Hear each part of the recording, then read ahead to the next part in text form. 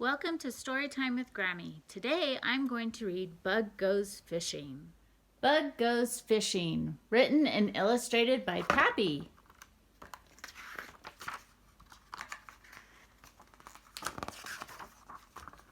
As Bug woke up in the morning, Alex the alligator asked him, "What are you going to do today?" "I'm not sure, but I'll tell you about it tonight," replied Bug. After giving some thought, Bug decided to go fishing. "What can I use to catch a fish today?" he wondered.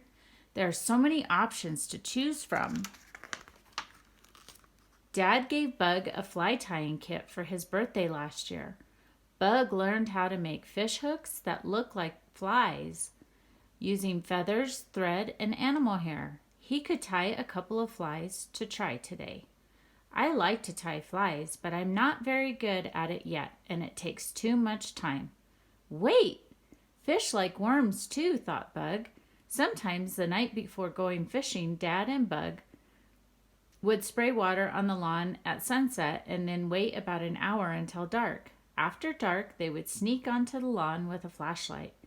Night crawlers, a type of large earthworm, would slither out of the soil onto the grass. They are sensitive to light and vibrations.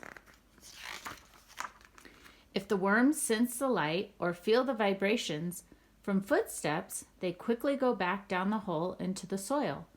But Bug found that if they were careful, they could catch the night crawlers for a full day of fishing. But Bug did not think about catching night crawlers last night, so he did not have any worms. "Every time we dig in the garden, we find worms," said Bug. "I could get a shovel and try to dig up some worms. That will take a long time, and I want to go fishing now." Bug went to the garage to look at the fishing stuff. When he opened his small tackle box, he found that he had several spinners, lures, and even some flies. "Fish like shiny things," thought Bug. "Maybe I'll use lures today." Bug checked his fishing pole, his reel, and line. "Everything is ready," he shouted out loud. "Let's go fishing." Bug ran into the house to tell Mom where he was going. "Be home by dinner," she said as she handed him a sack lunch to put in his backpack. Bug jumped on his bike and headed down the trail to the creek. There were several fishing holes that he had in mind to try today. The first spot was near a bridge. A deep hole under the bridge causes the water to slow down. Bug could look into the water and see several fish swimming at the bottom of the stream. "Shh, sneak quietly. Don't let them see you," thought Bug as he crouched down to stay out of sight. "Let's try one of the lures," Bug whispered to himself. With the lure tied onto the line with a swivel to keep the line from twisting, Bug threw the first cast. It went right where he wanted it to go. As he started to reel in the line, he carefully watched the fish as the lure was drawn closer and closer. None of the fish even moved. It was almost like the fish didn't even see it. A second cast was sent into the water.